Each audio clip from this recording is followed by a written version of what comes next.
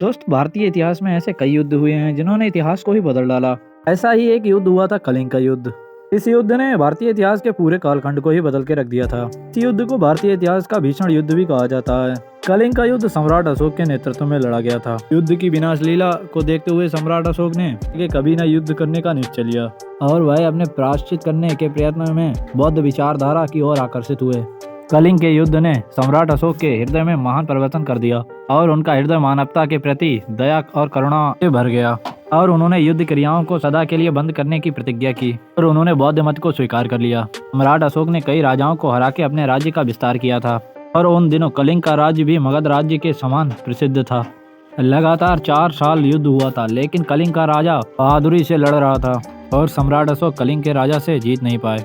कलिंग वासी भी बहुत वीर थे। वो अपने राजा को और अपनी जन्मभूमि से बहुत प्यार करते थे। अपना राज्य बढ़ाने के लिए सम्राट अशोक ने कलिंग के राज्य पर आक्रमण कर दिया, लेकिन अशोक ने अपने राज्याभिषेक के 8वें वर्ष 261 ईस्वी पूर्व कलिंग पर आक्रमण किया था, लेकिन कलिंग को जीतना आसान नहीं था। मौर्य सम्राट के शब्दों में इस लड़ाई के कारण 1.5 लाख व्यक्ति घायल हो गए और 1 लाख से अधिक व्यक्ति मारे गए।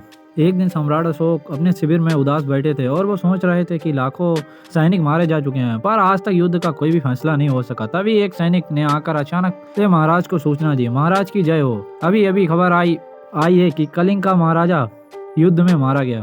सम्राट अशोक बोले, वाह, ये तो बड़ी अच्छी खबर है। इसका मतलब है युद्ध हम जीत गए, मगध अब हमारा हो गया। अशोक प्रसन्न हो उठे।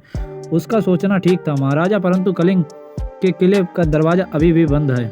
शीश झुकाकर सैनिक ने जवाब दिया। सम्राट अशोक बोले, कोई बात नहीं, अब दरवाजा खुल जाएगा। कल मैं स्वयं कलिंग के दुर्ग का द्वार खुलाऊंगा। उसके दूसरे ही दिन सम्राट अशोक ने अपनी सेना का नेतृत्व किया और सम्राट अशोक के पीछे मगध के हजारों सैनिक सम्राट की जय जयकार कर रहे थे। कलिंग के दुर्ग के सामने पहुंचकर सम्राट अशोक ने अपनी सेना को ललकार कर मगध के वीर सैनिकों को पिछले 4 वर्षों से युद्ध चल रहा था, कलिंग के महाराजा मारे जा चुके थे और सम्राट अशोक ने कहा, आओ हम शपथ लेते हैं कि आज कलिंग दुर्ग का फाटक खुलवाकर उस पर मगध का झंडा फहराकर ही वापस जाएंगे।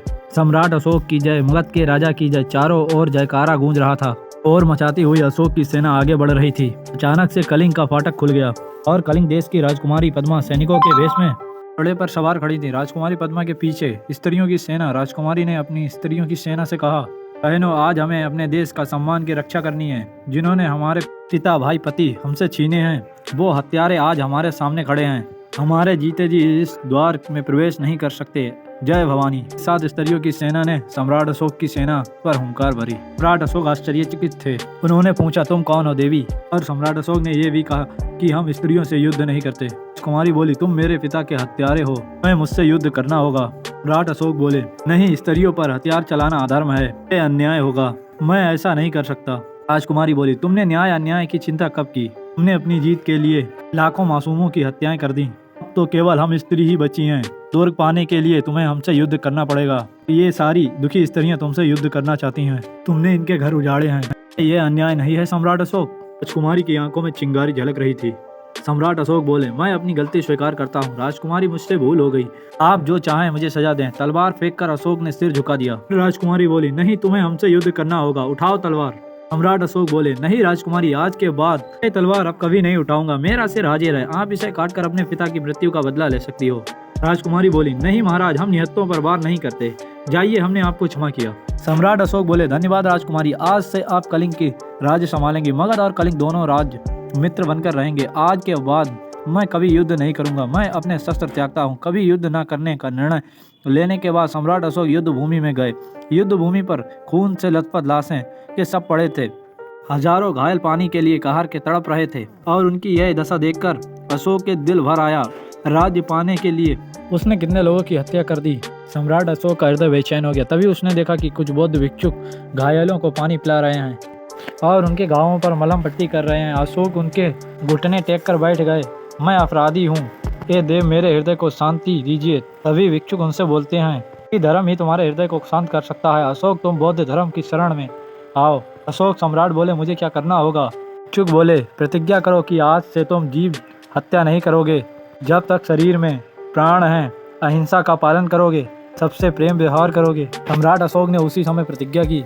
मैं सम्राट अशोक प्रतिज्ञा करता हूँ कि मुझे बौद्ध धर्म की शरण में ले लिया जाए। हाथ जोड़कर सम्राट अशोक ने प्रार्थना की। भिक्षुक सम्राट अशोक से बोले, जाओ अपनी प्रतिज्ञा का पालन करो। तुम्हारे मन की अवस्था को शांति मिलेगी। हाथ उठाकर भिक्षुक ने सम्राट अशोक को आशीर्वाद दिया। कलिंग के युद्ध के बाद सम्राट अशोक ने कोई भी युद्ध नहीं किया और उन्होंने अपनी प्रतिज्ञा का पालन किया और कल्याण में अपना जीवन बिताया और शांति और अहिंसा के धर्म को देश भर में फैलाया। अशोक के राज्य में प्रजा बहुत सुखी थी। स्वयं सम्राट अशोक भेष बदलकर अपनी प्रजा के दुख सुख जानने घर घर जाते थे। इतिहास में सम्राट अशोक का नाम अमर रहेगा। तो ऐसे थे भारत के महान राजा सम्राट अशोक। तो अगर आपको वीडियो अच्छी लगी हो तो चैनल को सब्सक्राइब, वीडियो को लाइक करना मत भूलिए। नेक्स्ट वीडियो में, तब तक के लिए जय हिंद।